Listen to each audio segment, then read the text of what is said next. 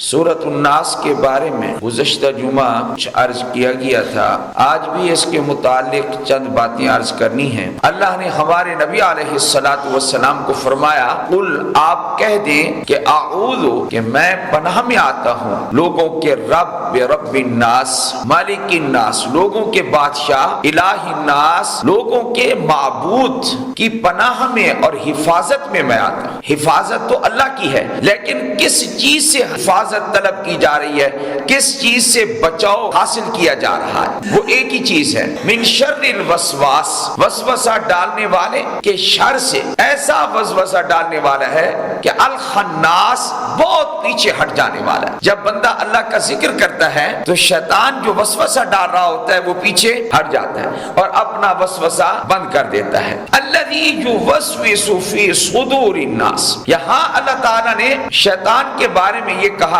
کہ وہ لوگوں کے سینوں میں وسوسہ ڈالتا ہے۔ دو لفظ بولے جاتے ہیں، ایک ہے صدور، صدور سینے، اور ایک ہے قلوب جن کا معنی دل۔ یہ جو صدور ہیں یہ بمنزل دہلیز کے ہیں، اور جو قلوب ہیں یہ اندر والے گھر کے مرتبے میں ہیں۔ تو یہ کیا کام کرتا ہے؟ یہ اپنی بات سینوں میں ڈال دیتا ہے۔ جب وہ سینے میں ڈالتا ہے تو وہ اندر تک چلی جاتی ہے، یعنی دلوں میں وہ پہنچ جاتی ہے۔ اس کا وسوسہ وہ دلوں تک، اندر تک، گہرائی تک چلا جاتا ہے۔ فرمایا فی صدور الناس، اس کا کام ہے سینوں میں وسوسے ڈالنا۔ لیکن اب یہ معلوم کرنا تھا کہ یہ جو وسوسے ڈالنے والے شیاطین ہیں یہ ہیں کون؟ اس کے بارے میں آگے اللہ نے بیان فرمایا، من الجنۃ والناس، جنوں میں سے بھی ہیں اور انسانوں میں سے بھی ہیں۔ اس کا یہ مطلب ہوا کہ اللہ کے ہاں شیاطین کی دو قسمیں ہیں، ایک وہ شیاطین جو جنوں کی صورت میں ہے، اور ایک وہ شیاطین ہیں جو انسانوں کی صورت میں۔ جو شیاطین اور جن ہیں ان سے اللہ تعالیٰ ہماری حفاظت فرمائے۔ وہ حفاظت کا کیا طریقہ اللہ تعالیٰ نے ہمارے نبی علیہ السلام کو بتایا کہ آپ یہ صورتیں پڑھیں، آخری صورتیں آپ پڑھتے رہیں گے، جو بھی آپ کا امتی پڑھے گا وہ جو شیاطین الجن ہیں ان سے انسان بچا رہے گا۔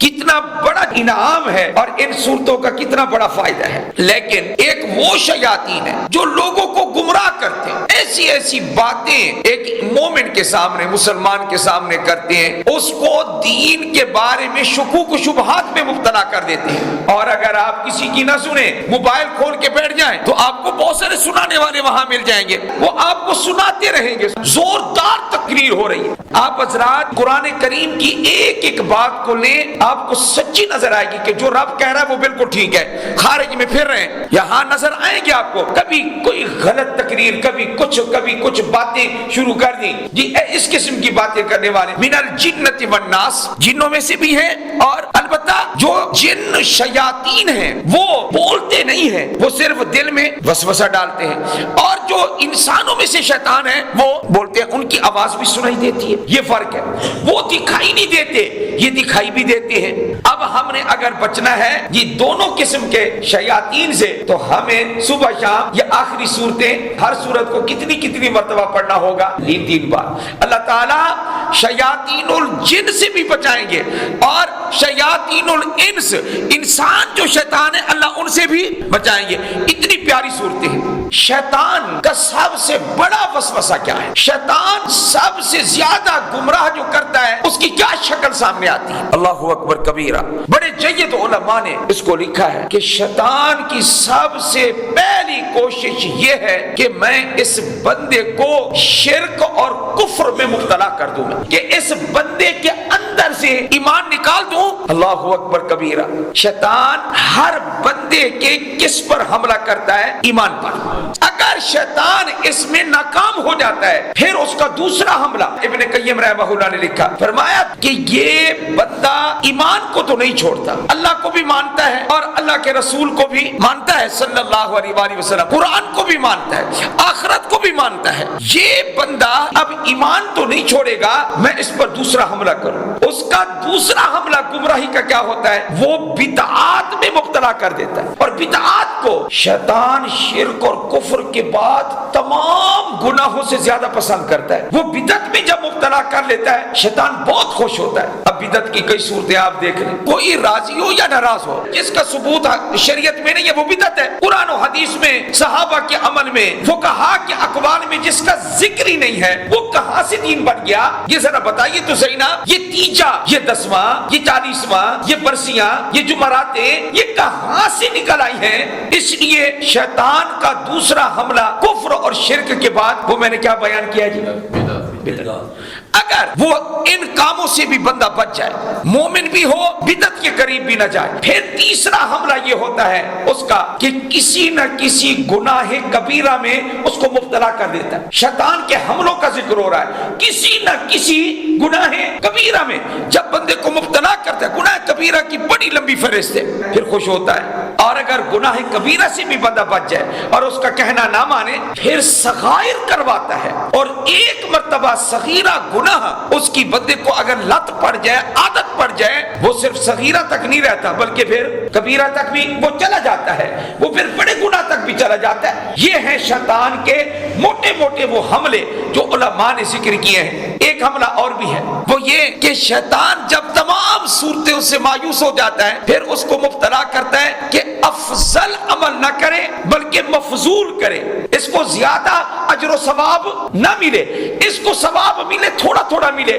شیطان آخری درجے میں اس پر بھی راضی ہو جاتا ہے۔ اس کی میں ایک مثال دوں، آپ گھر میں بیٹھے ہیں، آپ دفتر میں بیٹھے ہیں، آپ اپنے دوست سے گپ شپ لگا رہے ہیں، آپ کو پتہ ہے کیا کہ اذان ہو گئی ہے اور عصر کی نماز کھڑی ہونے والی، تو آپ کہتے ہیں دوست کو ابھی دیر ہے، ابھی تو 2 منٹ رہتے ہیں، 2 منٹ نماز میں سے رہتے ہیں، پھر وہ تکبیر پڑھنے والا تکبیر پڑھے گا، پھر امام اللہ اکبر کہے گا، اور ہم پہنچ جائیں گے کب؟ جب امام رکوع میں جانے کے قریب ہوگا تو ہم اس وقت پہنچ جائیں گے۔ اب یہ بندہ نماز میں آیا، رکوع میں امام کے جانے سے پہلے پہلے یہ امام کے ساتھ شامل تو ہو گیا، لیکن شیطان خوش ہو گیا، کیا میں نے اچھا کیا کہ یہ تکبیر تحریمہ پا سکتا تھا، لیکن تکبیر تحریمہ کے ثواب سے میں نے اس کو محروم کر دیا۔ یہ ہیں شیطان کے وہ حملے۔ ایک تو ہے کہ بندے کو نیند آئی ہے، نیند ہے، وہ سویا ہوا ہے، اچانک آنکھ کھلی، اوہو یار مجھے اب آخری رکعت ملے گی، مجھے پھر تو ٹھیک ہے، پھر تو اس کا قصور نہیں ہے۔ اللہ کے نبی صلی اللہ علیہ وآلہ وسلم نے فرمایا لا تفریط فی النوم،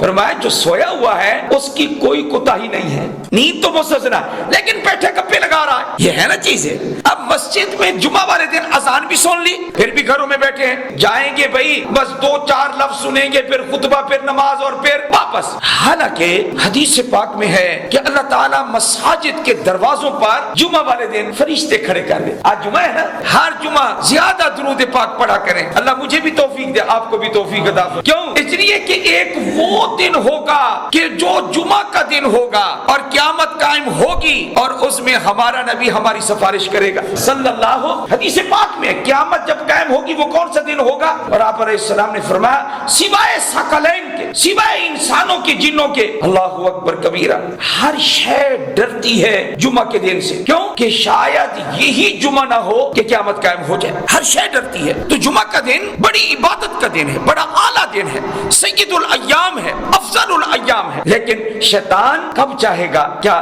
کہ وہ جو فرشتے کھڑے ہوئے ہیں اس دروازے پر، اس دروازے پر، جو پہلے نمبر پہ داخل ہو گیا فرشتوں نے لکھ لیا الاول، یہ پہلا ہے، اور اس نے یہ کس کی طرح ہے؟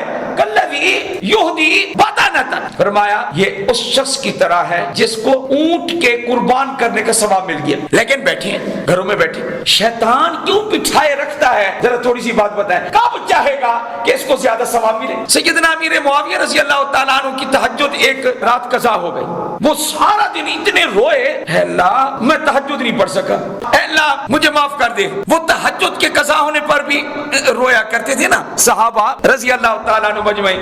تو وہ دوسری رات آئی نا تو تہجد کے وقت کوئی جگا رہا تھا، اٹھو اٹھو